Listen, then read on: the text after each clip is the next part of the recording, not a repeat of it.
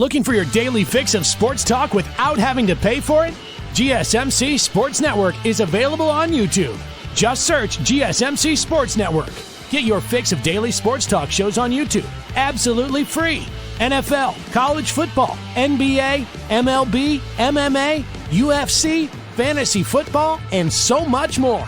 GSMC Sports Network has shows running all day long, with new sports shows starting every 2 hours. Just like on your favorite cable sports channel, except GSMC Sports Network is absolutely free. Just search GSMC Sports Network on YouTube to catch one of your new favorite shows, like the GSMC College Football Podcast, Chip Shot Football Podcast, Hoops and Heels Women's Sports Podcast, GSMC Basketball Podcast, and so many more. Check it out for yourself. GSMC Sports Network, now available on YouTube absolutely free.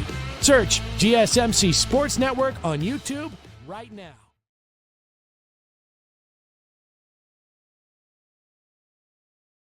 All right. Welcome back to the Welcome back to the GSMC Wrestling Laureate podcast, brought to you by the GSMC Sports Network. I'm your host, Eric Rodriguez, here every Monday through Friday, 8 p.m. Pacific Time, 11 p.m. Eastern Time. We're going to talk about everything in terms of professional wrestling, all the action inside and outside of the ring, backstage drama, behind the curtain, speculations. Also, we talk about injury, inactive statuses, rumor updates, also, injuries.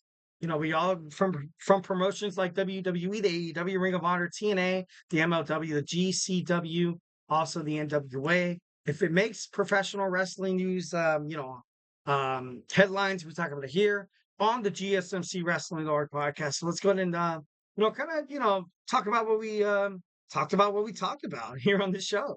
We had our first segment. We talked about our WWE SmackDown preview. We had my Thursday Night Wrestling review, Ring of Honor, TNA. And now we're going to talk about Shane McMahon possibly coming to AEW for an invasion. So, oh my God, it's so crazy. But before we do any of that, I want to remind you guys to hit up that super chat. We absolutely 110% love hearing from each and every one of you guys on the show. Whether if you got a burning question or a hot take in terms of professional wrestling, or it's just something that you want to get off your chest and share.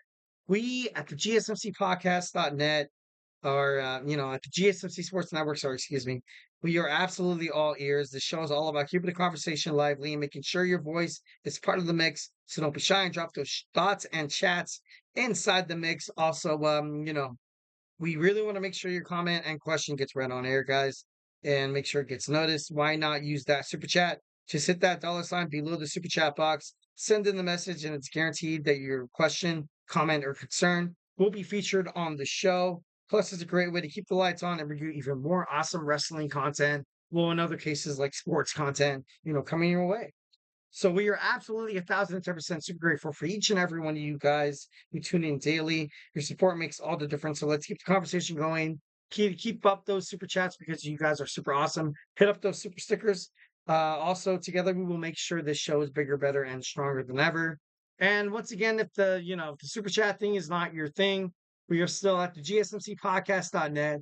Hit up that tips and donations link. Tell me what you like. Tell me what you don't like. Give me your comments, questions, and concerns. Superman punch that like and subscribe button to the show. Also, we're here to talk about professional wrestling. So let's go and just dig on deeper and talk about some good old-fashioned professional wrestling. All right, so we're going to talk about Shane McMahon in AEW. When Shane McMahon was rumored of, coming to AEW, I'm kind of for it. Because overall, you have someone with the business sense in terms of professional wrestling, and he's kind of seen the best and the worst of what WWE honestly really has to offer.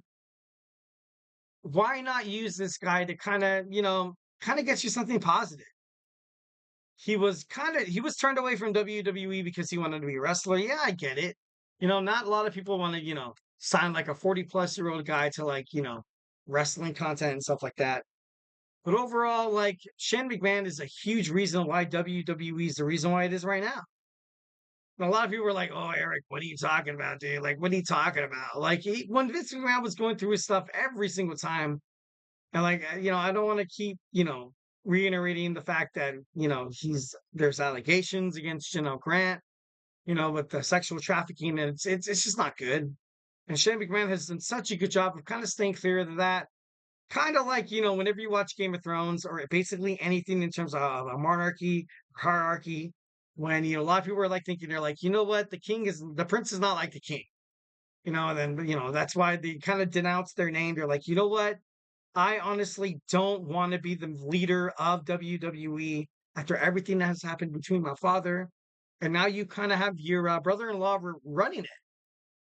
So WWE and AEW, for potential on-screen collaboration, I still feel like it's alive. I know they recently interviewed the guy from WWE, backstage saying that there's no possible way in hell. We will never ever basically, team up with AEW, which would be, I feel like it'd be terrible. Like, obviously, if you think that way, you're not thinking of the fans. You're not thinking of the fans. I feel like, if somebody could, take AEW into the next level, it is Shane McMahon. It could possibly be Shane McMahon. On AEW Dynamite, you have John Moxley come out basically saying that this is not your company anymore. Showing a cryptic message. Like, this could be a message to Tony Khan.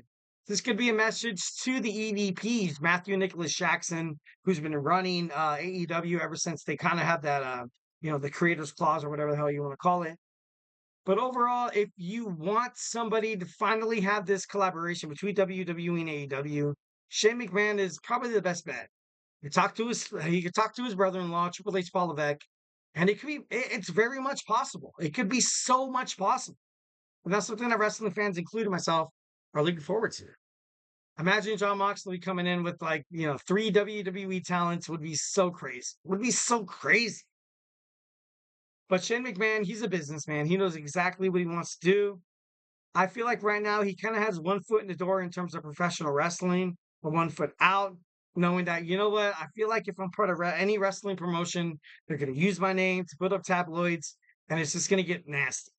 Because you're going to have a lot of negative publicity. You're going to have a lot of people kind of gunning for you, and, so to speak. I don't know. It's just, Shane McMahon could definitely change AEW for the great.